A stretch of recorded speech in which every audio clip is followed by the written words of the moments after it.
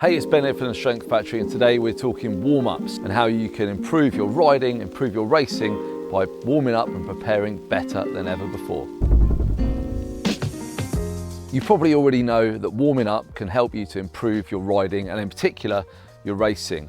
When we're looking at the warm-up, before we get into the details of how we do it, let's look at what we're trying to achieve. And really it's three main things. Number one, get warm, raise the body temperature, get oxygenated blood pumping around the body and basically get you ready to do some work. Number two is mobilize, so just make it so your body can get into all the positions that you need to when you're riding by doing a little mobility work. And number three is activation. Also, you can call it priming, and that's really getting your body ready for intensity, for being powerful and explosive, whether you're racing or just riding. Let's take you through the everyday warm-up then, short and sharp. Well, number one, let's get warm. And at this point, there's actually a choice. If your ride starts with a chilled out climb, or you're going along a bit of road or something like that, then you can skip this. If the ride starts with a steep, intense climb or straight into a downhill trail, then let's get on the bike a bit early and do anything you can. 1 to 5 minutes just spinning around. Let's get the legs going, laps of the car park, up and down Little Fire Road. Let's raise the heart rate, get the blood pumping, and just literally start to get you warm. So nice and simple, we're gonna work our way from the ankles up. So first of all, I wanna take it through a full range. There, so I'm really pushing forwards so we get that full ankle range for 20 to 30 seconds. And obviously hitting both sides. We're now going to work our way up. We're going to do the hip flexors, but because we're probably in the pits or the van,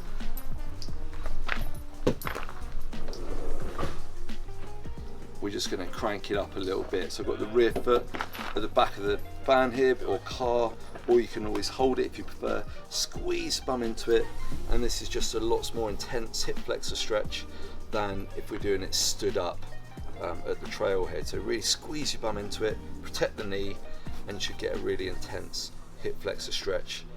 Push in there. Working our way up then, we're going to go hamstring and hip, and just like we did earlier, I'm going to push the bum back and reach forwards and get that big stretch there. This is kind of half stretch, half activation on the hamstrings. Push back into it, hold it for a few seconds, and then back up, so you really want to feel that tension in the back of your legs. And then we're going to add some extra bits in. We're going to get basically a pigeon stretch, which you can either do on the floor or either to do it in the back of the van. And this is all about opening the hip up to the side. It's called external rotation. And similarly, 20 to 30 seconds on each side is where we want to be. We're now going to do the greatest warm-up stretch of all time. You call it a mountain climber or a Spider-Man or whatever you want to do, but this is the one. Press up position, step forward, drop the hips, drop the elbow, reach up, change sides.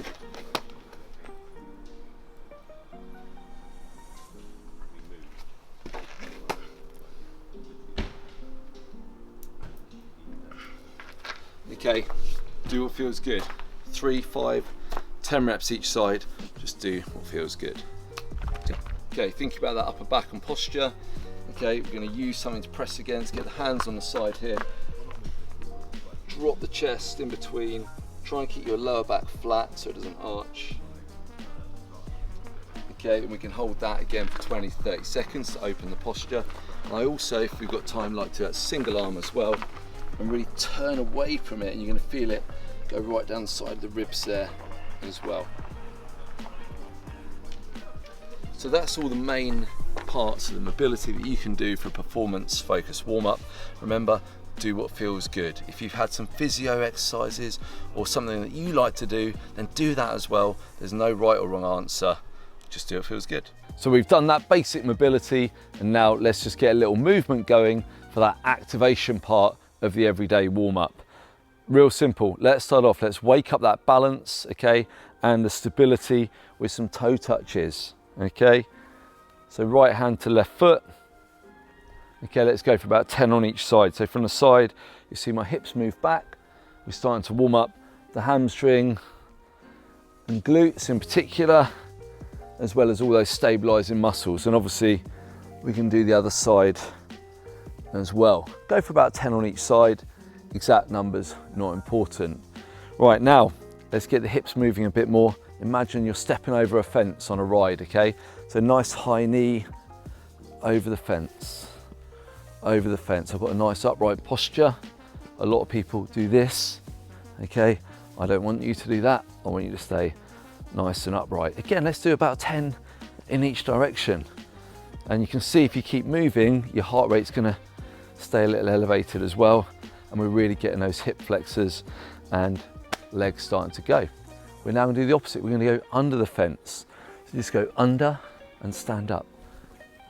Okay, transferring the weight. It's a little more intense, but really great for just getting those hips activated and getting your body ready by moving in different directions, getting it ready to work. Right then, real simple. Let's go upper body. We're gonna get some big backwards circles. So we're just warming up the upper back. And this is opening the posture like we talked about earlier. Everything we do in the day tends to be closing the posture. So if we circle the arm backwards, we're gonna open the posture.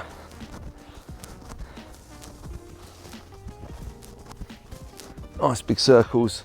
Then we're gonna do one up and one down. Try and take them to their full range, as high up as I can, and as far back.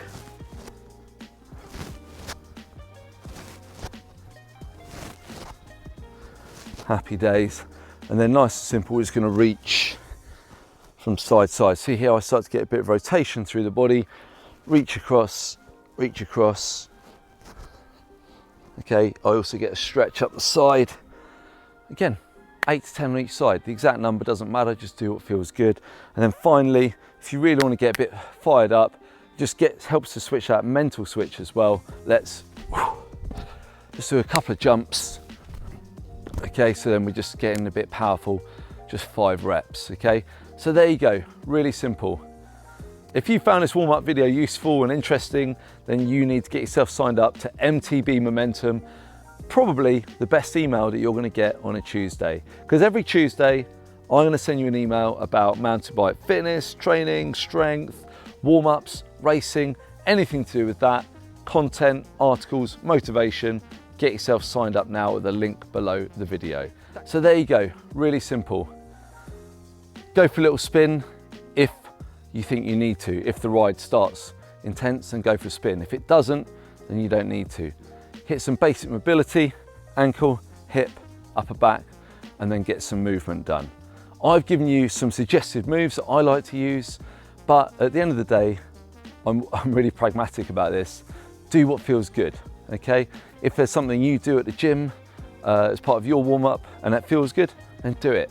If you've had physio and you have specific things to work on for an old injury, then do that, okay? Just do what feels good and you're gonna be ready to ride. Thanks so much for watching the video. If you haven't already, then make sure you hit subscribe and give this video a little thumbs up. I hope you have a great summer of riding and racing and that these tips are gonna help you to do